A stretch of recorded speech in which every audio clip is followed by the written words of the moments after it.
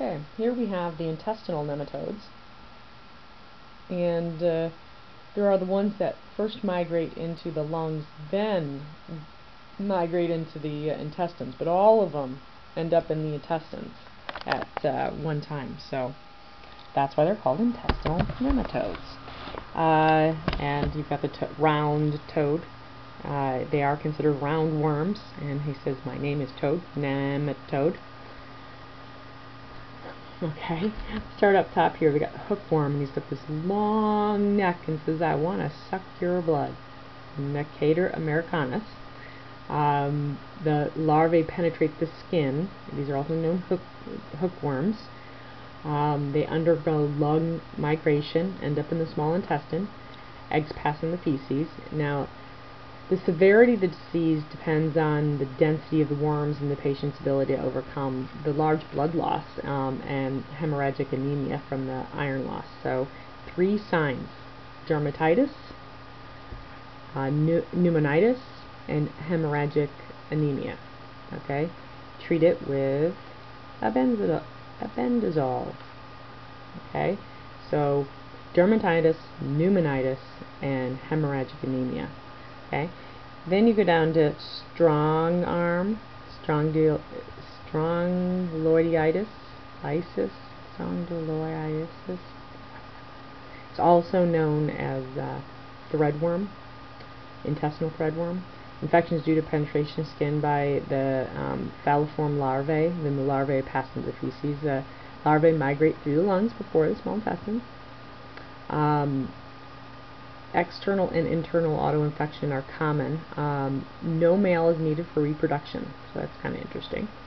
And the 3 signs, here we go: dermatitis, because they go through the skin; pneumonitis, they're in the lungs; but then duodenitis.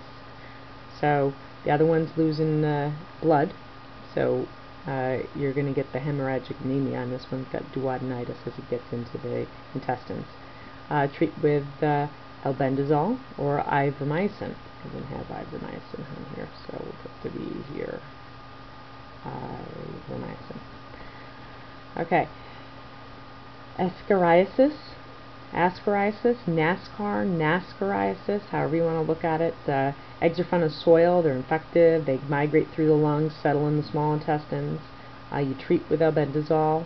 Complications can include a blocked lumen. There's the blocked lumen. Those all migrate eventually to the intestines.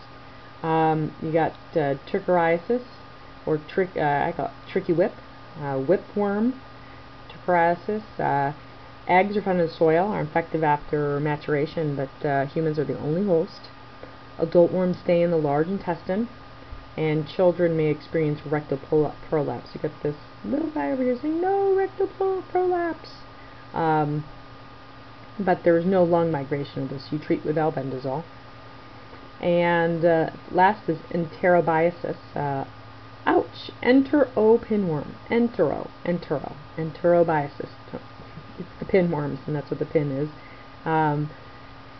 Infective eggs are deposited by the female in the perianal area at night. So let's put that's itching at night. Lower intestinal tract involved with infection. Symptoms in children include perianal itching, and you treat with albendazole. Also, you've got pyrantel pamoate. Pyrantel pamoate. The pyrantel. That is a form that you'll find in drugstores to treat pinworms.